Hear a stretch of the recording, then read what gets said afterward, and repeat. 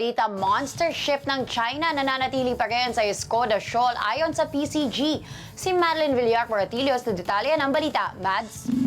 Yes, Gianna, kinumpirma ng Philippine Coast Guard na nananatili pa rin sa Escoda Shoal ang monster ship ng Chinese Coast Guard na CCG-5901.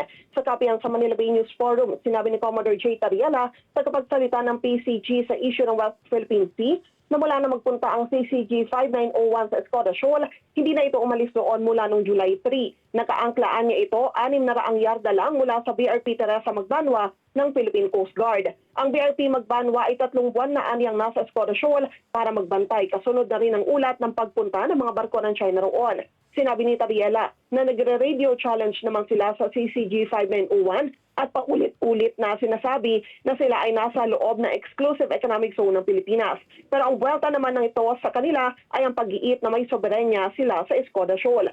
Bukod sa monster ship, isa pang barko ng China Coast Guard ang nakita ng PCG na nagpunta malapit sa Lubang Island sa Occidental Mindoro. Agad namang ipinadala ng PCG ang kanilang BRP Melchor Aquino para magbantay sa galaw ng barko ng China. Pero kagabi na monitor-an niya nila na gumalaw na ito palayo at papunta naman sa bahagi ng Palawan. Tiniyak ng PCG ang patuloy na pagbabantay sa West Philippine Sea.